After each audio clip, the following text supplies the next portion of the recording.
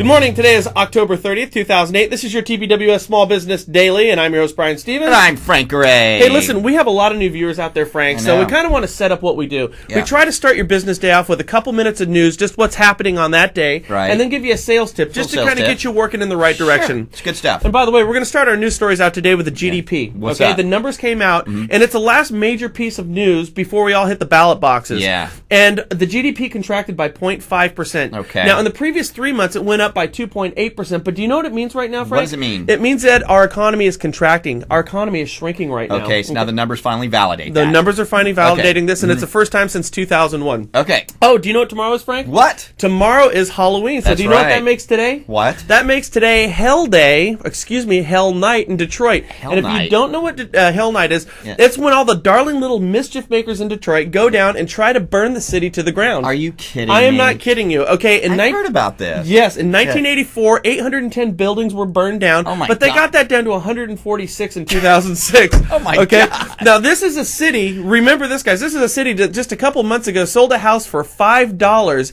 and it took 2 weeks to get an offer on that thing.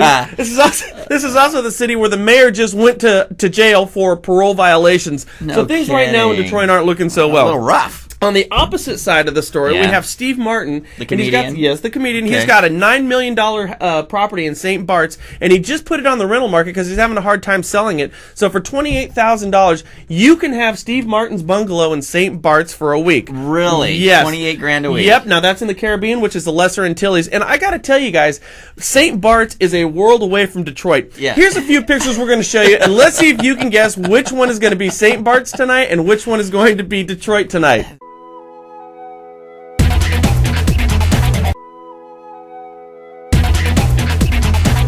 Now, AIG, our favorite little darlings, they're back in the news, Frank. Okay. Now, remember, we were reporting on these guys for having these extravagant parties when it was pretty much on the taxpayers' dime. Well, they originally got $85 billion as part of their bailout. Right. Then they subsequently got another $35 billion for a total of $123 billion. Wow. And in September, AIG said, we are solvent again as a company. Okay. Well, that's no longer the case. They've lost 120 of the $123 billion that you and I, Joe taxpayer, gave to them. How do you burn through $120 billion in a month? Viva Las Vegas. No, guys, accounting irregularities, not that. Okay. Hey, listen, our last story is that U.S. banks are set to receive $163 billion from the Treasury Department. And this money was to be used to basically restructure loans down.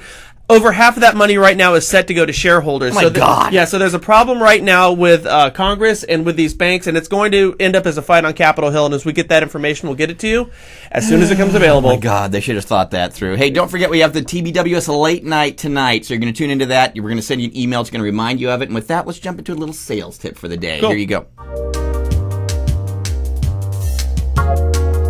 Hello, I've got a great tip from How to Win Friends and Influence People by Dale Carnegie. In Part 4, Section 6, Carnegie tells a story about a young man in London who aspired to be a writer, but everything seemed to be against him. He had only been able to attend school for 4 years, and his father was thrown in jail for not paying his debts. Finally, he got a job at a rat-infested warehouse, pasting labels on bottles of blacking, and he slept in an attic room with 2 other boys, gutter snipes from the slums of London. He had so little confidence in his writing ability that he sneaked out and mailed his first manuscript in the dead of night so nobody would laugh at him. All of his stories were refused until one day he got one accepted.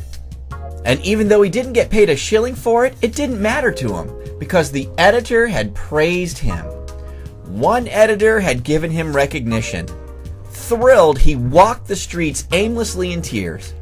The praise and recognition he got changed his life. If he didn't get that praise, he might have never got out of that rat-infested warehouse.